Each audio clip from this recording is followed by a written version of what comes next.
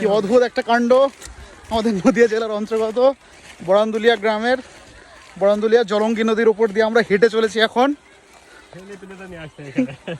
কোনো নৌকা কোনো কিছু নেই, কচুরিপানার উপর দিয়ে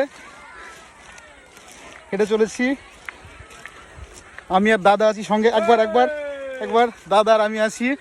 হাই করে দেন। কি অদ্ভুত নতুন রাস্তা নদীর উপর দিয়ে, দারুণ এক্সপিরিয়েন্স। পুরো আমরা নদীর এপার থেকে ওপার চলে এসেছি।